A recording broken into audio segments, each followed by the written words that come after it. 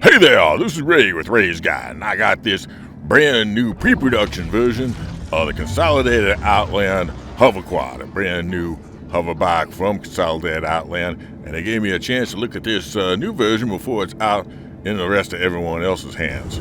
So first thing I tried to do is fit it into an Avenger, and unfortunately, although it seemed to be wide enough, narrow enough to fit in, it just was too tall to get over the edge.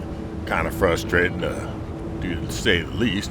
So then I tried to do the next most obvious thing, and that was to see if Consolidated Outland had made this thing to fit inside of its own Nomad, and it does so really perfectly. Look at how this fit, really just like it was made for it, which I suspect it was. In fact, it looks like it was made for it as well, with that same angular styling and triangles, and look like the Consolidated Outland logo even.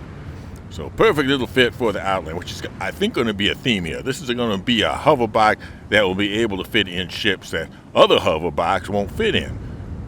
So now let me take it someplace where I can try this out where I won't freeze my toes off. And I decided on Daymar, a comfortable temperature, and not only that, but a place associated with hover bike racing for obvious reasons. So let's hop on in this thing and give her a spin. We'll get that powered up. Slide right on back. Let's see if I can get going with this thing. Alright, seems to be a lively lass. Get this filly galloping. Oh, we go in. Yeah, let's get this straight. Oh, wow.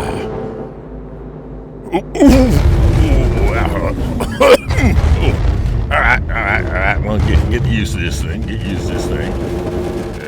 Ready? All right, get it settled down. All right, yeah, kind of slides a bit.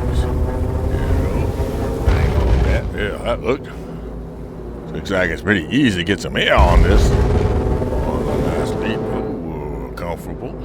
Okay, now I think I'm getting a little more comfortable with it. To crank it up a bit.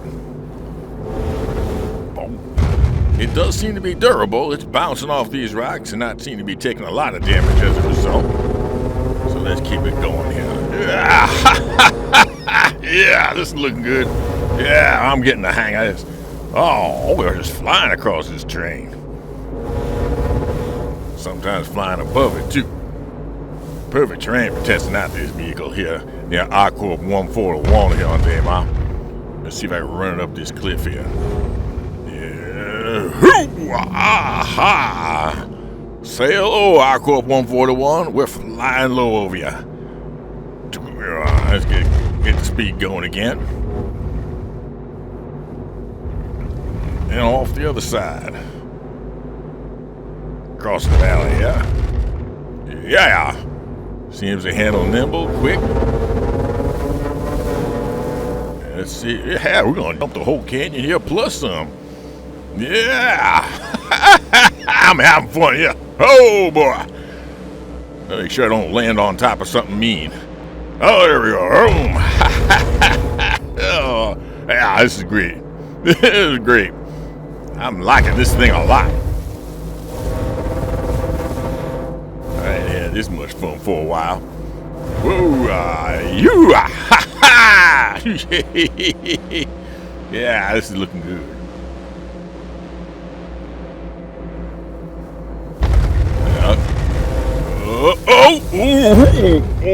That one got me in the nads. All right.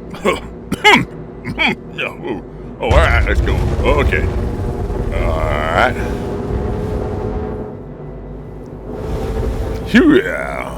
Yeah, man.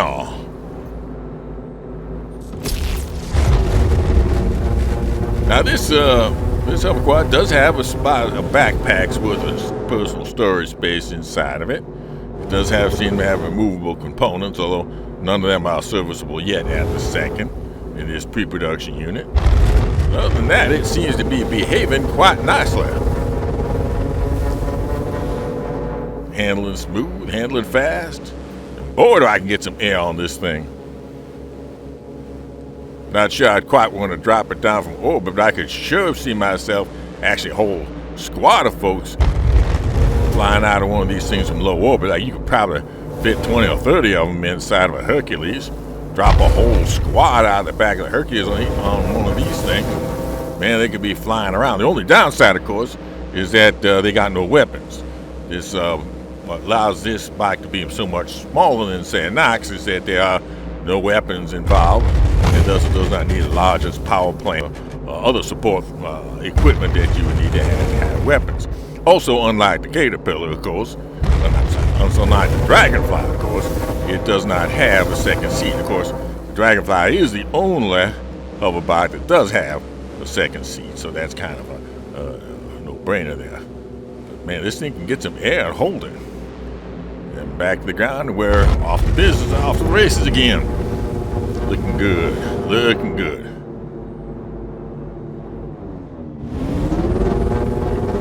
Ha! Oh! Yeah, we're going. Yep. Yeah, a little still, yeah. Land right and smooth, yeah. You know, it's kind of a shame that this is pre-production units coming out just a week after the Daymar rally. I can see by next year's rally they're gonna maybe have a whole category for these things. It's almost the perfect vehicle for it. You know, this and the Nomad make a great little beginner or small racing team combo. Now we tried to fit two of them in the back of the Nomad, and two of them just would not fit anyway. Save this. Let me switch this and try some more runs from a chase cam.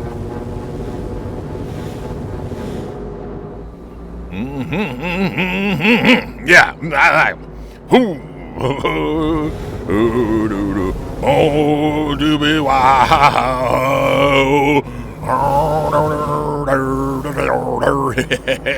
Maybe they should have called this machine the Roadrunner. You know, fast with that. The mythical Earthbird. Meep. Okay, because we're running across the desert here, something fierce. That's easy. Ooh. Alright. Slide her up this ridge here and get some more air. Another view of Aqua 141 here.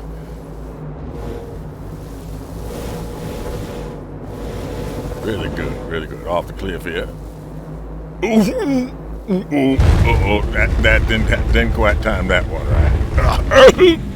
All right, let's get back. And surprisingly enough, she ain't still in one piece. One thing I can say for this new Consolidated Outland bike is that it does appear to be durable. It will not fall apart with just a small mishap. You can't always say that with Nox. But if I had tried that on Nox, I probably would have figured out the whole thing would blow up on my face and killed me. So this is a rugged vehicle. Can take some rugged use out here in the desert or in other locations.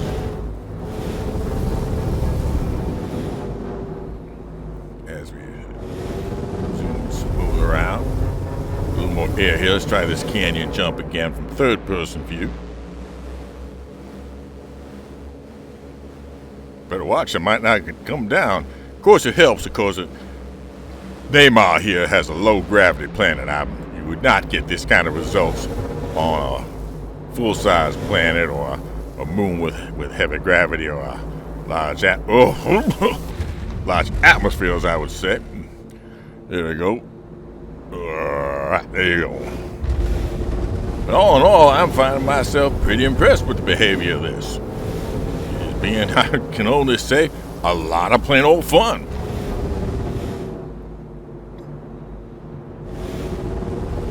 Yep.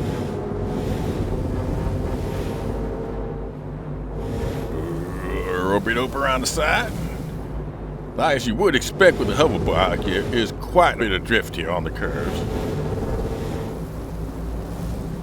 And if you are curious, I am flying this at the highest possible elevation. So I'm not getting the maximum speed, but I am being least perturbed as possible by the smallest of rocks.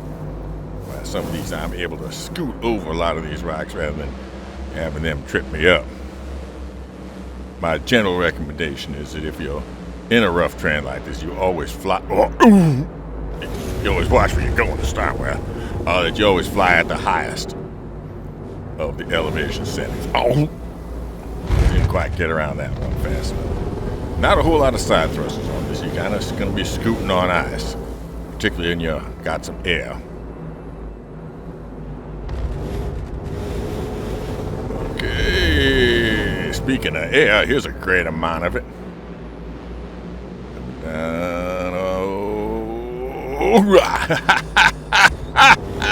Yeah, baby. This is fun. I can almost say this is a lot of fun.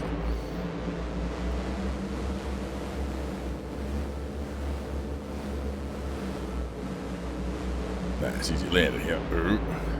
Now, could you drop one of these things from orbit? I think probably not. So let's take a look at it. Is this really, which hoverbike do you choose? Now, obviously, if you care about a second seat, you got one choice here, and that's the Dragonfly. But if you don't care about one seat, then you got to understand, do you actually care about having weapons? Then you just got to go for the Nox. Particularly, you also go for the Nox if you just flat out want the fastest speed. But honestly, if you care about neither the second seat nor the absolute fastest speed of weapons, the hoverquad here has an amazing advantage in that you can just fit more of them in the same space on a hangar deck. You can get more of them in a Freelancer, more of them in other ships. You can fit it in ships you couldn't otherwise fit a craft in, like the Nomad. So if you care about being able to fit the most into a ship and just plain old having fun, then this hoverquad is a great choice, I think, coming up. Fly safe, keep it real, and I'll see you in the verse. This is Ray for Ray's Guide.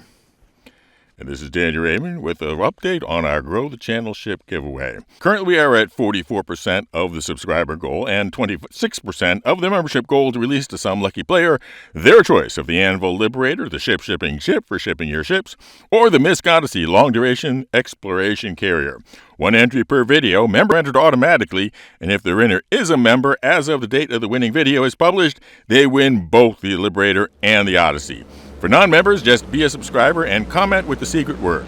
And the secret word for this video is just timestamp the point in the whole video where you felt was most exciting of Ray's driving around in the hoverquad. I'll see you in the verse. This is Daniel Raymond for Ray's Guide.